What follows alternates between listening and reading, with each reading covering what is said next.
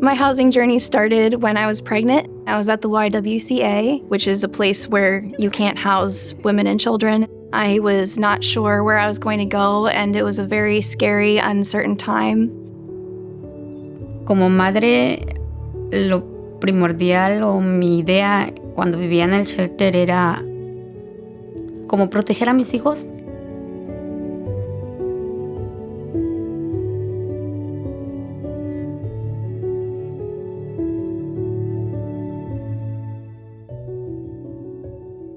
When families come into Lydia Place services, they're oftentimes literally homeless. We've been around since 1989, and in those years, we began to see children that were in our programs come back as adults with their own kids. And that was a really tangible reminder that we weren't doing enough to actually break the cycle of homelessness. So we started thinking along the lines of the prevention lens. What can we offer these families when they come to us so that we can really build on that sustainability and help to prevent the cycle from continuing? In 2015, we formed our parent support program, and then a couple of years later, we added our mental health program. Soy madre de 3, una niña de 17, un niño de 14 y un bebé de 3 años. Supe de Lydia Place a través de una amiga. Con los grandes trabajaba yo mucho. No tuve la oportunidad de verlos crecer prácticamente. No confiaba mucho en mi persona. Con Parenting Program es como si volver a empezar. Our primary program is a home visiting program called Parents as Teachers. We work with caregivers to help them cope with, mitigate traumas that have already occurred for them and their children, as well as giving tools, support, building confidence so that they can further build those protective factors for their kids.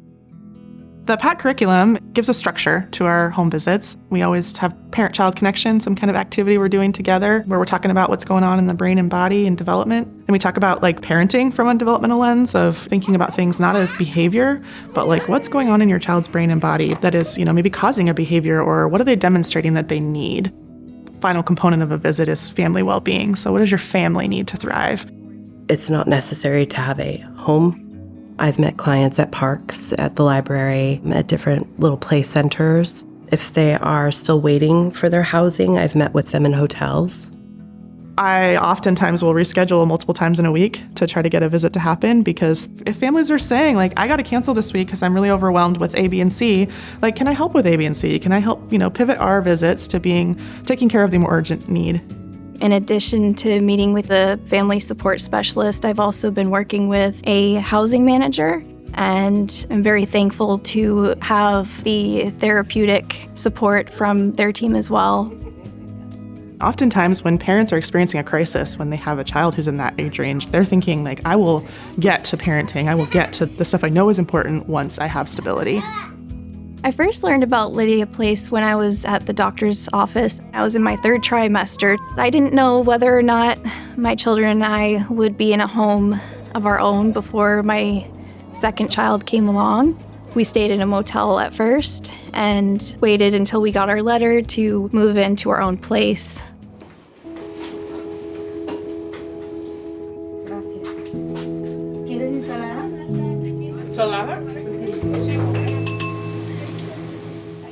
Lydia Place also provides mental health support and really strives to help families develop those natural supports in the communities.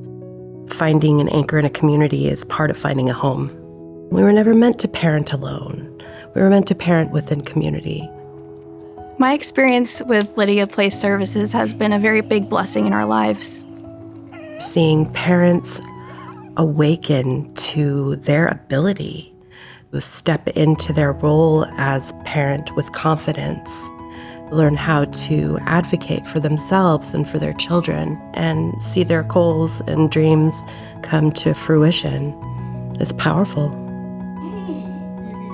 Sometimes I see my kids say, oh my gosh, how do we? And I know maybe not is the best, but I try every day. I want my kids have a better option than me.